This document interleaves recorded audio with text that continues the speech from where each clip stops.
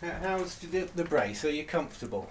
The sleeves are a bit, or the arms are a little bit uncomfortable. No. At home resting and being supported, Barbara Abbott had to call 999 with severe back pain and was admitted to hospital with a fractured spine.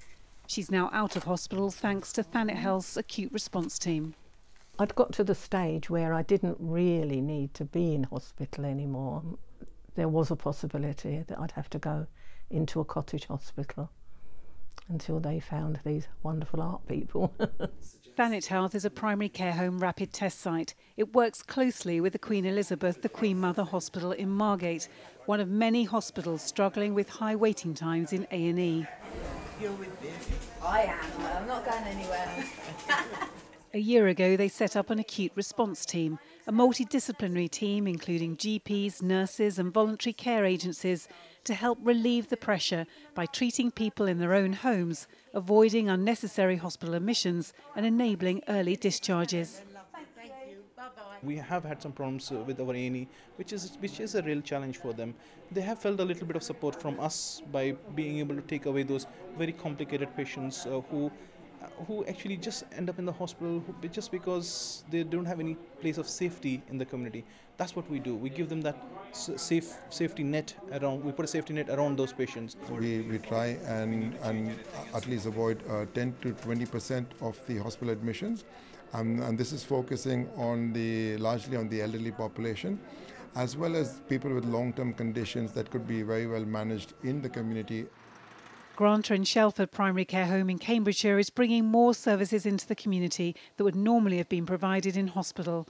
This is a microsuction clinic, and next it hopes to bring a digital radiology suite on site. Hello, it's Dr. Kemp here from Granta Medical Practices. With a rapid access clinic which sees people within 2 hours and a telephone triage service returning calls within 20 minutes, it's also making an impact on secondary care. But for the primary care home, its relationship with its more than 100 staff is key.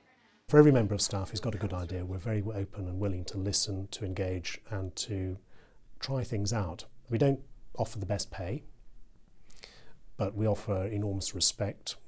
We enormously value the contribution of individuals. We also understand that all our individuals who work here need to be able to work in a way that is sustainable for them in the long term.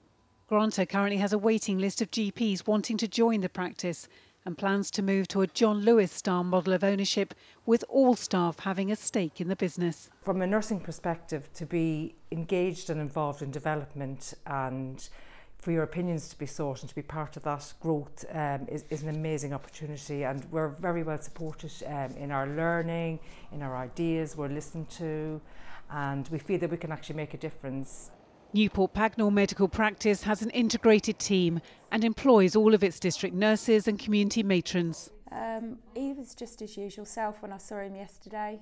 As a primary care home and taking a population health management approach, it discovered it needed to concentrate on mental health, focusing on 3 groups: young people over 11, adults with mental health needs and the frail elderly. Redesigning services has energised staff.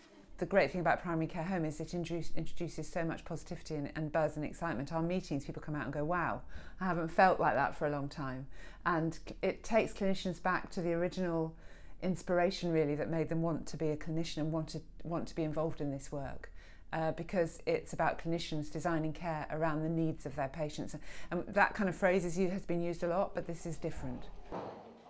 There are now more than 200 primary care homes across England, and already there are early signs they're having a positive impact in many areas, including prevention and freeing up GP time, while at the same time they're tackling one of the biggest challenges facing primary care: improving morale and recruitment.